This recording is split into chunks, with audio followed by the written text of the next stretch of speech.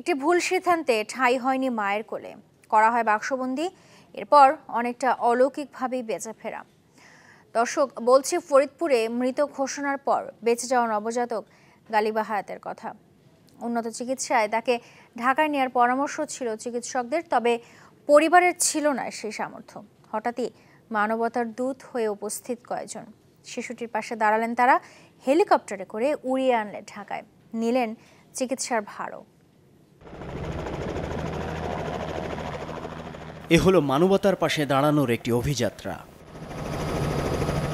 ফরিদপুরে অলৌকিকভাবে বেঁচে যাওয়া শিশুটির পাশে দাঁড়াতে যেন দূত হয়ে এলেন কয়েকজন মানুষ।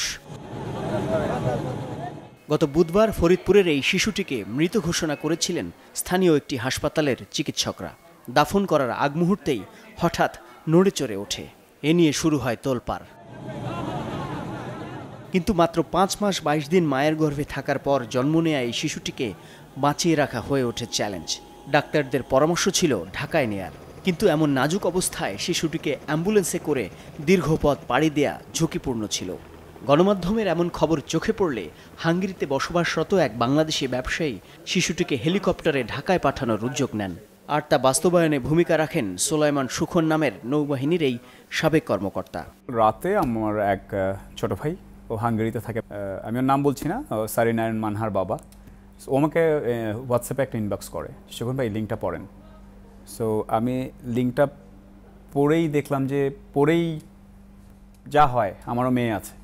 সো লিঙ্কটা পড়ে আমার মাথায় আসলো যে এখানে আমরা দুজন মিলে কথা বললাম যে কিছু একটা করতে হবে। আমাকে সাথে সাথে কল দেয় বুদাপেস্ট থেকে যে এটা কিছু একটা করতে হবে, ওকে হেলিকপ্টারে করে আনতে হলে হেলিকপ্টারে আনতে হবে, আপনি একটু কথা বলেন। সো আমার ফ্রেন্ড, এয়ারফোর্সের ফ্রেন্ড, ও এখন পার্টেক্স এভিয়েশন হেলিকপ্টার চালায়, ক্যাপ্টেন মতিউল, ওকে ফোন দিই যে দোস্ত এই জিনিসটা এরকম, তোমাকে আমার সাথে, তখন দুপুর হয়ে গেছে প্রায়, যে তোমাকে একটু যেতে হবে আমার সাথে, গিয়ে বাচ্চাটাকে নিয়ে আসতে হবে, তোমাদের অক্সিজেন সব ঠিক আছে কিনা, ফ্লাই করবা কিনা। ও আমাকে সরাসরি বলে যে no problem, you just calm down, আমরা একসাথে যাব। সো তখন আমি 4:30টার দিকে আমি চলে যাই। তিনি বলেন, যার যার অবস্থান থেকে এগিয়ে এলে সমাজের অনেক মানুষের মুখেই হাসি ফোটানো সম্ভব।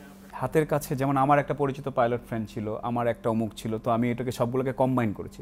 সো এরকম প্রত্যেকেরই আছে, একজন জেলের, কৃষকের, একজন জনপ্রতিনিধি, সবারই কিছু না কিছু হাতে টুল আছে।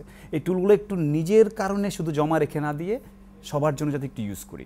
আর ভালো কাজ করলে একটা আরাম হয়, ভালো কাজ করলে একটা শান্তি লাগে। বর্তমানে শিশুটি রয়েছে রাজধানীর স্কয়ার হাসপাতালে। সুখন জানান, শিশুটির চিকিৎসায় প্রাথমিক খরচের প্রস্তুতি রয়েছে তাদের। উপকরণগুলো আছে, একটু ব্যবহার। মাকসুদুন নবী, চ্যানেল 24, ঢাকা।